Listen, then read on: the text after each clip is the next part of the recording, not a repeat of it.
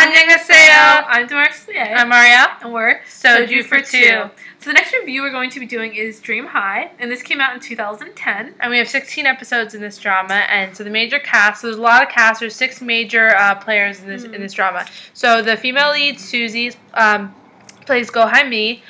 Kim Soo-hyun plays Song Sam-dong. Tae-kyung plays Kim Hyun Si-hook.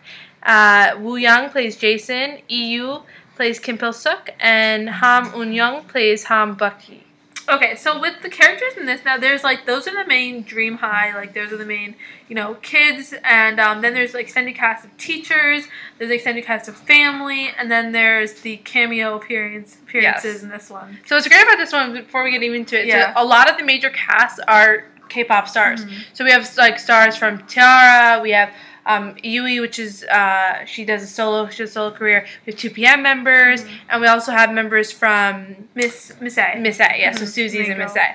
Yeah. So then also in the first episode we have a cameo from is Kim Hun-young from Boys Over Flowers, and We Got Married. And then we also have some other 2PM members. We have some Super Junior members. So it's great. A lot of characters in this really bring out the K-pop. So if you're interested in K-pop world or just getting into that or something, it's definitely a good one to watch because, you know, they're going to be singing in it and they're all idols and things like that. And this is a part of the reason why we almost didn't watch it is because we were thinking the show was going to be like High School Musical or something, which is an American where they TV would show. just sing the entire time. Like, just, oh, I went to go get a drink, and I'm going to start bust down the song. But it's not like that. Not it's at all. More like following the rise and like the debut and the idea of that, of like K-pop idols and things like that. So it's really interesting. The characters in this definitely add to the story.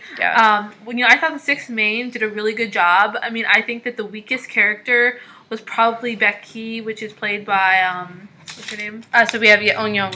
And I think that you know, she was sort of the weakest character for us, but still good.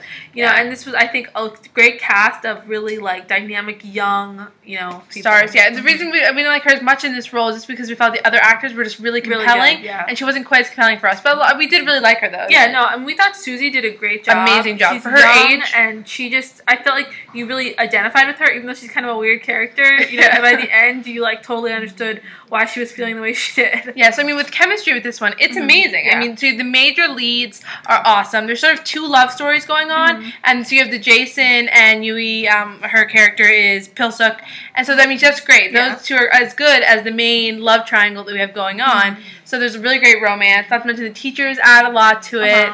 So there's some really great characters here. And I mean, I think it was surprising for me how well this was acted and how the chemistry played out. And I think with the love triangle of this, I mean, they did a great job. And this was actually one of the very few dramas where when I was watching this, I felt like I didn't know where it was going.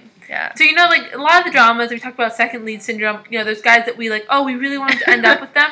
With this one, we really didn't know where it was going to go. And I think it felt like they were both leads as opposed to one being the second. I think it's really important at the end they kind of talk about the idea that they're constantly, you know, running mates, and they're always going to be like fighting and striving, the 2 guys. And I think that that's sort of the whole idea with this love triangle here. It's not really a fluid, you know, oh, right now you know that this is the person she's going to end up with. There's always a chance it could be somebody else. Yeah, so I mean, it's really compelling, their love story. And especially, we were so impressed. We'd never seen Soo-hyun in anything else, but now he's in the moon that embraces the sun. Yeah, and we're going to do a review, or a little quick blurb about that in the next video. Because he's great. And Tae-kyung, we've just seen in Cinderella's Sister, and we love him. I mean, his acting was surprisingly so good. We're not expecting that quality of acting we really thought he was compelling. Yeah, and the only thing we'd seen him in is We Got Married, where he's just himself, I guess. And, Beast idol. Yeah, and just eating a lot.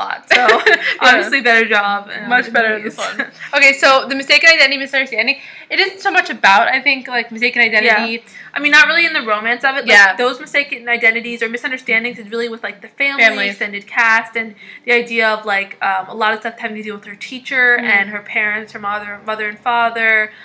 Just, you know, a lot of it about, in the beginning, I think the only thing that really connects them to mistaken identity, or sort of just, it's not really mistaken identity though, or misunderstanding. It's more of just like remembering and like remembering the importance of the characters, and that's between Tae-kyung's character and Suzy's character, and just their childhood and connection. And the identity right from the first episode, you don't know who Kay is. You know, that's going to be the one that makes it out of, this world. Yeah, it starts at the beginning with the end, obviously, or where they tell you, where you end at the moment. So yeah. Okay, so bad guy turned good.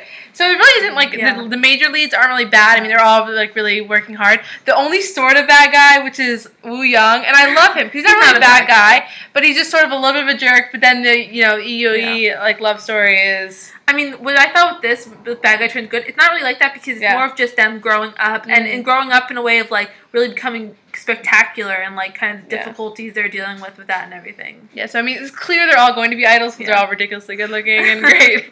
But yeah, everyone's beautiful and it's really wonderful. Okay, so Piggyback Ride. I don't really not Piggyback Rides. Amazing dancing. I mean, this one I would say like instead of Piggyback Rides, we have great dance. Oh my gosh, dances are great, and you expect that coming into it with like the idols. And we've always loved dance. I mean, everything from Center Stage, Step Up, up to right now. There's an Australian drama, Dance Academy. And I feel like if you like this sort of show, you might like that one. And there's a second season of that one coming out as well. So it's a similar sort of feeling, but it sort of has that fame thing to it. And we'll get to the music in a second. But kisses. Yeah. So there's definitely sweet kisses. There's the Ferris wheel kiss, which is definitely a good kiss. And then we have ending kisses. Yeah. We have some cute cheek kisses that sort of have more significance towards the end. Sadly, this didn't make our 2010 best kisses, but maybe in a new one it might make it. What's funny is this is one we had seen people mention. It'd been mentioned to us a couple of times, and we were like, oh, we don't know. I mean, and it's so worth watching. Definitely. That's what I think I kind of got from watching this. So fashion. Oh my god. Okay, so the hilarity of the fashion of this one is that she leaves her house with a trash bag, right? And she also drops a trash bag at some point. Yet somehow she managed to have a beautiful coat every single episode. A different, beautiful, amazing coat. So we have to just suspend disbelief on this one. Her wardrobe is great. They have a uniform, which is a really cool uniform in this one. And then they also have the idol wear. Which is, I thought like when you see them in their sort of, stage performances, it really looked like what you see when you watch like 2PM perform. Definitely. Sort of over the top stage and the beautiful like feather eye with the girls and everything, their eyelashes, fake eyelashes. Really cool fashion. I mean, it wasn't really always what you expected. I know from the image of the show, it's like showing them in their uniform. Yeah, so that's how we thought. And we also thought it was going to skew younger because of that image of them. But it doesn't feel younger because for some reason it just feels like since they're going through something like debuting and all of that sort of stuff, it feels a little more mature than that. Yeah, but it is sweet. Oh, definitely. Okay, so music.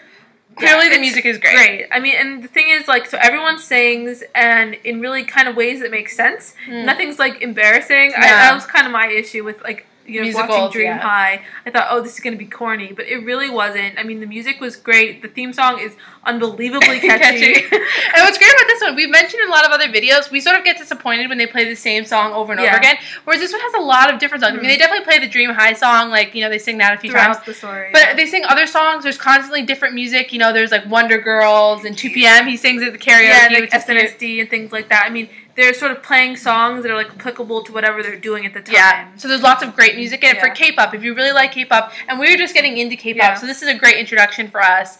I'm learning a lot more about it. Yeah, I didn't know anything about you, but she's wonderful. Her singing I want to hear a lot more. Was amazing. I mean, all of them are really good, but we really thought that she stood out as like the best singer on the show that we really enjoyed listening to. So ratings. Oh wait, before we get to ratings, let's take 1 second and say that we need to feel bad for these actors because they're so cold on the set. If you watch the video, they're constantly, you can see their breath because it's so cold. So and, like, they're indoors. They're like and still like constant breath. I mean, that means it must be freezing where they are. So we give most suffering award to the cast for the show. I've never seen a show where more people you can see their breath constantly. So obviously it's freezing. Oh yes. Well, I mean, now we understand why they have such great winter coats. Yeah. Well, that's probably why they always so thin, because they're always really hot. I mean, really cold. So they're shivering all the time. Okay, so rating this. I mean, I loved this. I didn't think I would. I really went into this not with low expectations, and I think an 8.5 to a 9 is really where I come with this. I mean, it's definitely worth watching. Sweet story. There's really nothing I can say bad about it. Yeah, I'm going to give it a 9. I thought, I was totally like, oh, I don't want to watch this. Like, I don't think I'm going to enjoy it. I loved it. I thought the acting was great. It wasn't as young as I thought it was going to be. I really enjoyed the pop music in this. I think it was a really great show. So we recommend it, guys. Go watch it. Bye. Bye.